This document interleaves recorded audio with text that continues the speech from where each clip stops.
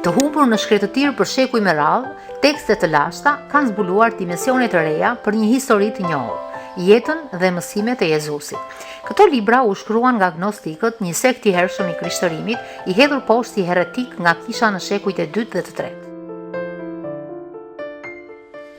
Të denoncuara dhe tallura në atë kohë, këto vepra gnostike po afrojnë tani një pasqyrë intriguese të formimit të kishës së krishterë. Kjo shumëllojshmëri mendimesh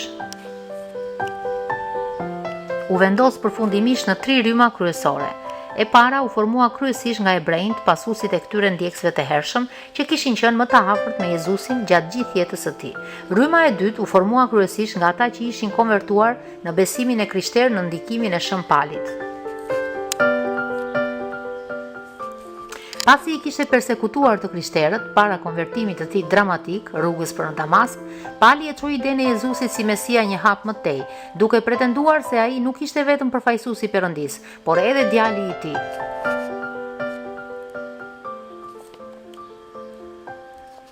Rryma e tretë e të krishterëve të hershëm, dukshëm më e vogël në numër, do të përfaqësonte një kërcënim për idetë e ortodoksisë së krishterë, që po fillonte të shfaqej në Shën Palin.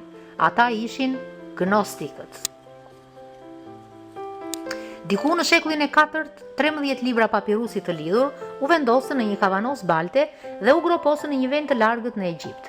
Ato mbetën të fshehura për shekuj të tërë, deri në vitin 1945, kur egjiptianët vendas I zbuluan pranë qytetit Nag Hammadi. Dokumentet ishin në gjuhën koptike, një gjuhë e vjetër egjiptiane, e shkruar duke përdorur alfabetin grek dhe datonin në kohën e lindjes së krishterrimit. Analizat të mëtejshme zbuluan se biblioteka Nag Hammadi, siç u bë e njohur, përmbante gjithashtu një thesar të njohurive rreth një prej degëve të hershme të krishtërimit, gnosticizmin.